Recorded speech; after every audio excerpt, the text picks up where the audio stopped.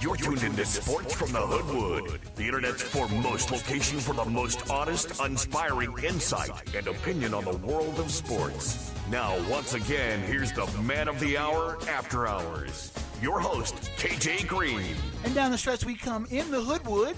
Thank you for joining me this week. I'm on usually every Friday. Try to put the podcast out sometime Thursday night or Friday morning. You can catch it at a variety of venues.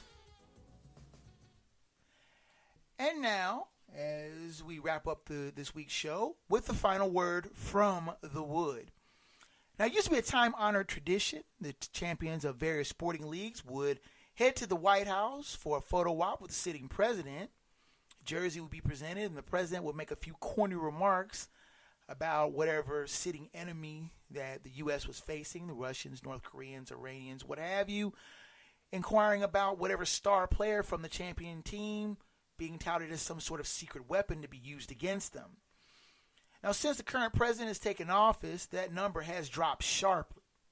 Golden State Warriors grabbed headlines last year as they seemed reticent to go to Washington to meet the president, and Trump, whose ego is always easily bruised, did a "you can't quit, you're fired" move and loudly uninvited the team for a visit. Now, since then, a number of champion teams have either declined the invite or have stated that they would not make the trip. And there were some, like the defending WNBA champion Minnesota Lynx, who were outright ignored. Now, the big fuss lately has been with Trump disinviting the Philadelphia Eagles after winning the Super Bowl, when it was apparent that fewer than one quarter of the team would be making the appearance. Pivoting back to his tried and true whining point, Trump said the uninvite was punishment for the team kneeling during the 2017 season. A fact, or quote a fact, that's something that Fox News jumped on with pictures to allegedly back Trump's claim. The one problem was that the photos in question were of Eagles players kneeling, but they were knelt in prayer before the game and before the national anthem. And not a single Eagles player knelt during the anthem, either during the 16-game season or their 3 playoff games. Though you did have players like Malcolm Jenkins and Torrey Smith being vocal in their criticism, most people felt that Trump was punishing the team as a whole and singling out the NFL again to make sure that it was kneeling under his very heavy bully pulpit. It seems that Trump's ego is being bruised simply because champion teams are not lining up to quote-unquote kiss the ring. Now, with the Stanley Cup Finals being clinched tonight by the Washington Capitals, it'll be a bigger embarrassment as the nation's capital, first sporting championship in 26 years, might have its players decline an invite if they even get one. Now, to be certain, we've seen other players decline invites as part of a champion team. Tim Thomas being one that I can think of,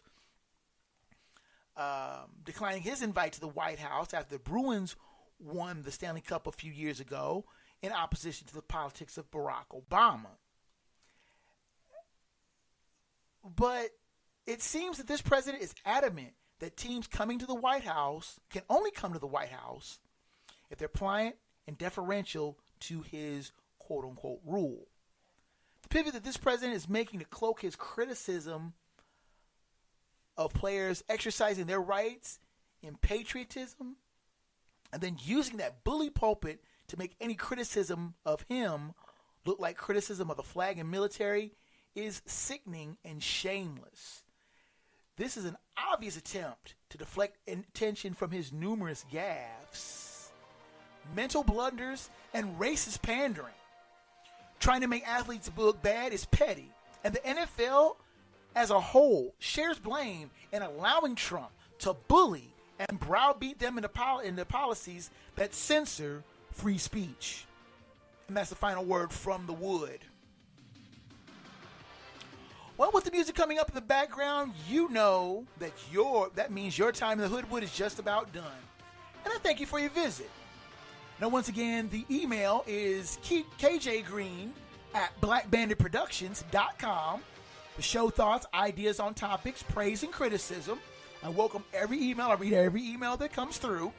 You can catch the podcast weekly on Facebook at Black Bandit Productions and Enterprises on Spreaker, as well as Spotify, YouTube, iHeartRadio, and at Sports from the Hoodwood, and Twitter at KJGreen20.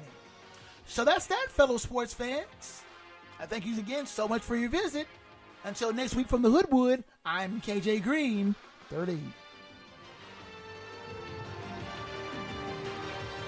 Sports from the Hoodwood is the Black Bandit Productions Enterprise presentation of a 551 audio and films production.